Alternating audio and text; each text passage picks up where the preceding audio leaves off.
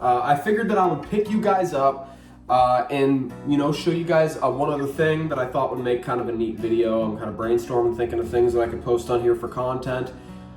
So today we're going to take you out to the Kubota M5 111, and if you haven't seen it yet, there's other videos on my channel, but this is going to be mainly just a brief tutorial on the simplistic nature of how to remove the loader from one of these rigs. So let's go out, let's take that off, and show you guys a little bit about how easy Kubota's system is, even for heavy equipment, to remove such a large implement as the front end loader. All right guys, so we are out here with the Kubota M5 111. Got you guys in the back of the pickup truck right now. I'm going to bring it over and we're going to give you a real-time view of taking the loader off of a tractor of this stature. So let's go and get that done right now.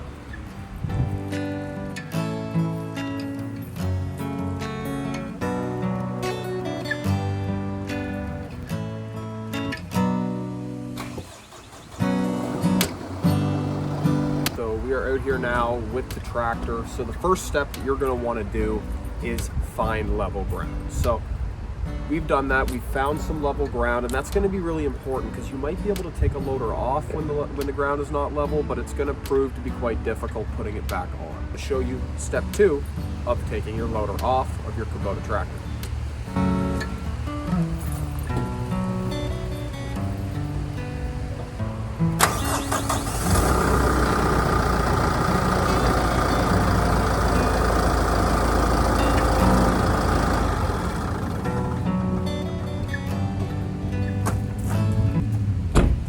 Alright guys, so now it is time for step 2 of removing your loader off of your Kubota tractor.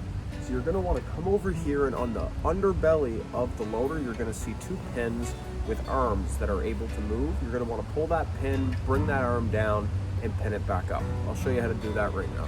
So as you guys see right here, you're going to have a pin. Lift it up to release pressure. Pull the pin out. Okay guys, so once you get your pin down here, you simply shove it to the side like so. It locks it into place just like that. Then you're going to take your pin that comes standard with the tractor. Sorry for that noise. I wish that they would just shut up. Anyway, take your pin and you're going to put it into the little pin. So I don't know if you guys can see it right there. I put it down. I slid it across. And then I'll put the pin in. So I'll actually take you guys over there right now to show you guys really quick just what exactly I'm looking at. All right guys, so you start with it up there, you pull your pin. This arm is going to fall. You're gonna wanna line this up like so, right there. And then you should be able to simply shimmy it across. You got your new opening there. You will take your pin and you will insert the pin like so, to hold that nice and sturdy. Now we're gonna do the same on the other side, and then I'll show you guys what the next step is.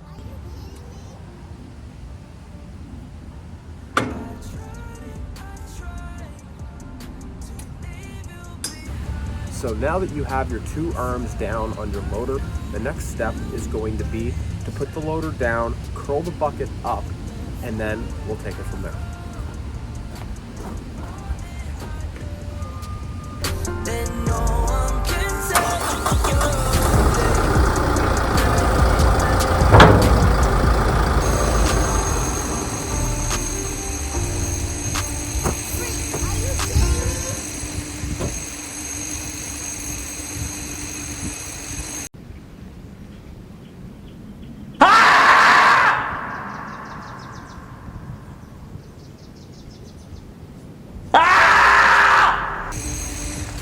All right guys, so now that we have our loader down, we're going to focus really on these 2 main pistons that I'm going to pick up and show you guys right after this. So these 2 main areas where these bolts go in are what holds the majority of the pressure when it comes to these loaders. So you're going to want to really watch and look through the glass in the cab of the tractors, the bottom quarter panels, and focus on those pins. Make sure that there's no pressure on those pins or you're never going to get that loader off. Like I would assume that loader weighs over 1,000 pounds.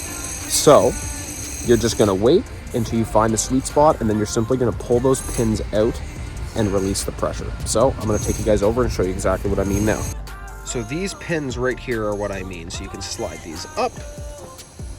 And as you can see, I did a pretty good job at seeing if there was pressure. And those will come right out.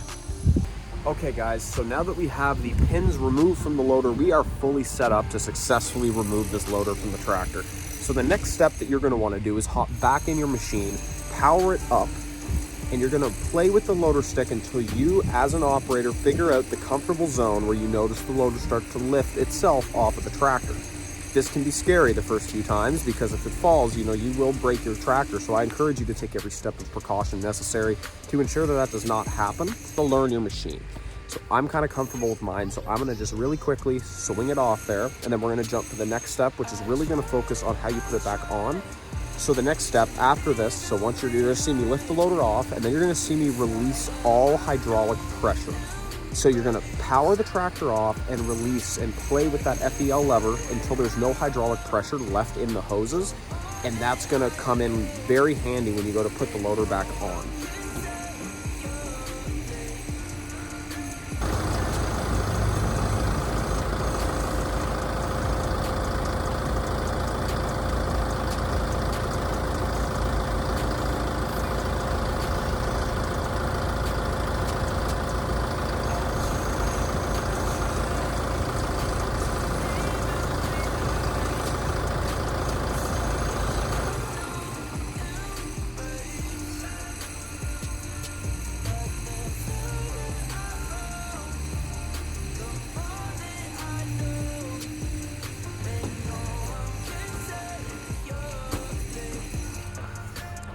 Okay guys, so as you guys can see right behind me, I have now removed, technically speaking, the actual loader off of the tractor, and it is now resting on those arms that we put down at the beginning. So I'm gonna take you guys inside because I think this part is very, very, very important when it comes to removing something, especially this large on this large of a unit. And that is really going to be the hydraulic pressure, as I've already discussed. So I'm just gonna show you 2 times just what I mean, and we're gonna make sure that you guys really understand, and that way you guys don't damage anything when you're doing this at your home. So as we can see guys, we are completely disconnected from this loader, and we are now completely dependent on these legs. So from the operator's stand, you can tell the loader's fully disconnected. You're gonna wanna make sure that this tractor is completely off. No ignition, nothing. Turn this all the way off, no lights, nothing. Play with your loader stick. Quite literally, just every single direction.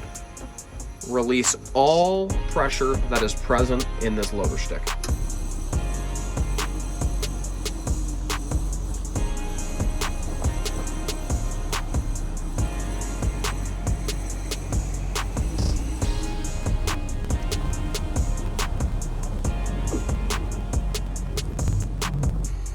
So now that you have successfully disconnected all hydraulic hoses, you're going to want to cover all of them up with these handy color-coded hydraulic valve covers.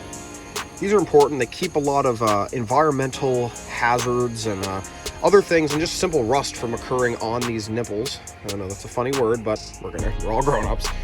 And we're gonna have the same color coding for the hydraulic hoses on the ends. So most loaders are gonna come with 4 sets in these colors, and you're gonna wanna make sure to put them on the same way.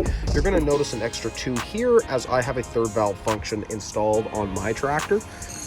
All right guys, so we have now successfully 100% completed putting our loader, or taking our loader off of our tractor.